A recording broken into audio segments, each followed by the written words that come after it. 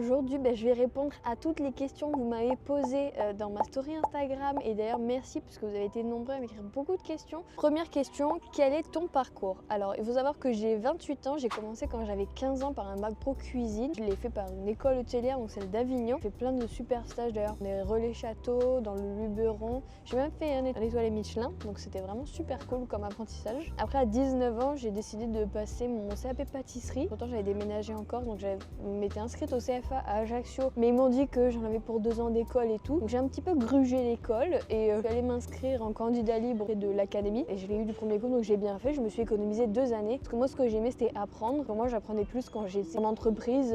J'ai fait vraiment beaucoup de restos. J'ai aussi fait de la pâtisserie boutique. J'ai fait du traiteur boutique. J'ai des extras chez des traiteurs d'événements aussi. En fait, j'ai fait vraiment beaucoup d'entreprises. Pensé pendant un moment que je serais plus heureuse de travailler à l'étranger et du coup, je suis partie en Australie. Je suis aussi partie à Saint-Barth.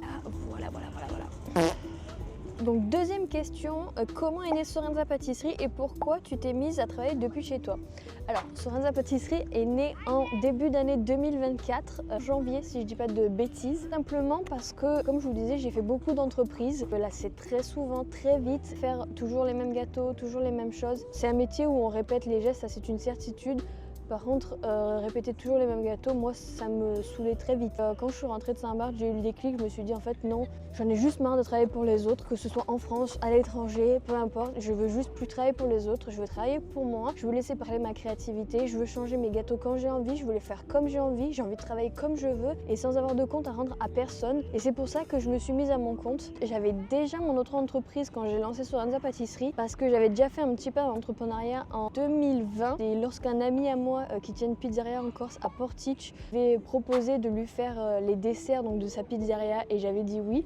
Et du coup j'avais déjà créé mon entreprise à ce moment-là. Je travaillais en restaurant à ce moment-là, donc les horaires de restauration plus le fait de travailler pour moi à côté, c'était une surcharge de travail pour moi. Et c'est là que j'ai décidé de partir à l'étranger, donc j'ai tout arrêté. J'ai repris la même auto-entreprise qui avant s'appelait Les Desserts de Sorenza et qui est devenue Sorenza Pâtisserie. On passe à la question numéro 3. Pourquoi te lances dans l'accompagnement? Ça c'est une super question, tout simplement parce que j'ai eu plusieurs personnes qui m'ont écrit, qui m'ont demandé des conseils, qui voulaient se lancer à leur compte et qui voulaient travailler depuis chez eux et qui me posaient des questions, comment j'ai fait et voudraient faire la même chose que moi et tout ça. Il y a quelque chose qui a commencé à émerger dans mon cerveau où je me suis dit, en fait je peux les aider parce que je me souviens quand moi j'ai commencé, j'avais plein de questions, j'avais plein de doutes, plein de choses où je savais pas trop par où commencer. Au début tu te dis comment je vais faire pour avoir assez de commandes pour en vivre, comment je fais faire pour trouver des clients, pour en trouver assez pour avoir des commandes régulières. Je pose vraiment beaucoup de questions et moi c'est vrai que je trouvais pas de réponse à mes questions. Personne ne crée de contenu sur ça pour te dire concrètement où est-ce que tu vas mettre les pieds. Et je me suis dit en fait je pourrais créer un accompagnement pour aider les personnes comme moi qui sont passionnées par la pâtisserie. C'est un métier de partage. Pour moi c'était logique du coup de partager mon expérience et c'est comme ça que j'ai donc lancé l'accompagnement pour aider donc les pâtissiers et les pâtissières qui veulent se lancer depuis chez eux et se mettre à leur compte. Et d'ailleurs je vous mettrai le lien dans la bio. Il y en a qui sont intéressés, qui veulent en savoir plus et bien sûr m'écrire, m'envoyer un petit message, me mettre un commentaire si vous voulez que je vous en dise plus. Et je suis très heureuse de faire cet accompagnement et de pouvoir partager mon expérience et de partager avec des gens qui aiment comme moi la pâtisserie. Et je trouve ça trop cool si on arrive à créer ensemble une communauté de pâtissiers qui s'entraident et qui avancent ensemble. Question numéro 4. Quelle est ta spécialité ou ta création signature? Quelle est la création dont tu es la plus fière et pourquoi? Du coup ma création signature, alors c'est pas moi qui l'ai choisie, c'est plutôt mes clients qui l'ont choisi et qui l'ont mis sur le haut du podium. La fleur gourmande, là de tête je ne saurais pas combien j'en ai vendu, mais j'en ai vendu vraiment beaucoup.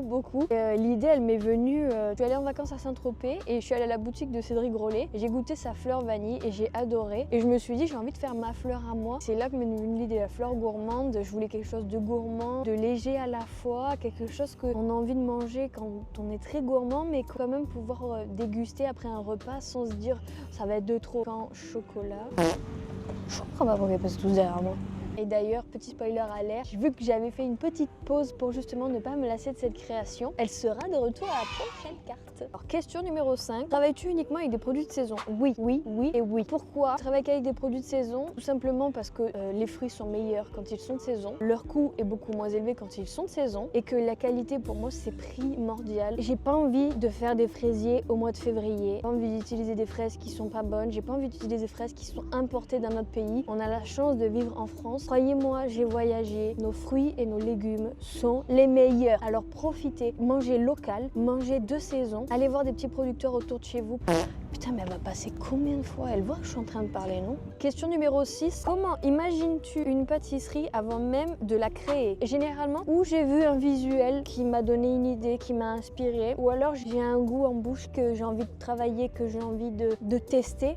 J'ai un grand cahier avec beaucoup de gribouillage, beaucoup de gribouillage, même de notes jamais abouties dans lesquelles je vais commencer à noter le début de mon idée.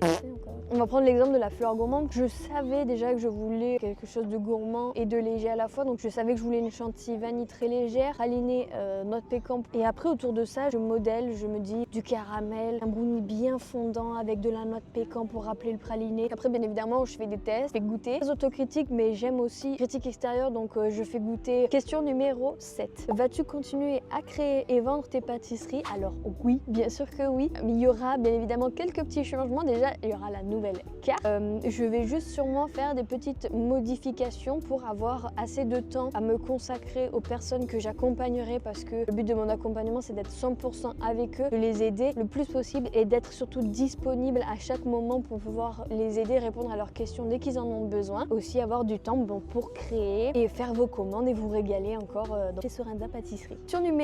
Question numéro 8, tu rentres quand? Alors je rentre le 6 mai. Il y a eu un petit changement de date. Les commandes reprendront à partir du 9 mai et je vous en dirai plus. Et aussi je vous publierai la nouvelle carte. Donc j'ai hâte que vous voyez tout ça et j'ai hâte de reprendre aussi les commandes. Et c'était donc la dernière question. J'espère que vous en avez appris un petit peu plus sur moi, sur mon parcours, sur Sorenza Pâtisserie et sur l'accompagnement. Merci à tous pour toutes vos questions et on se retrouve bientôt dans une prochaine vidéo. Allez, ciao!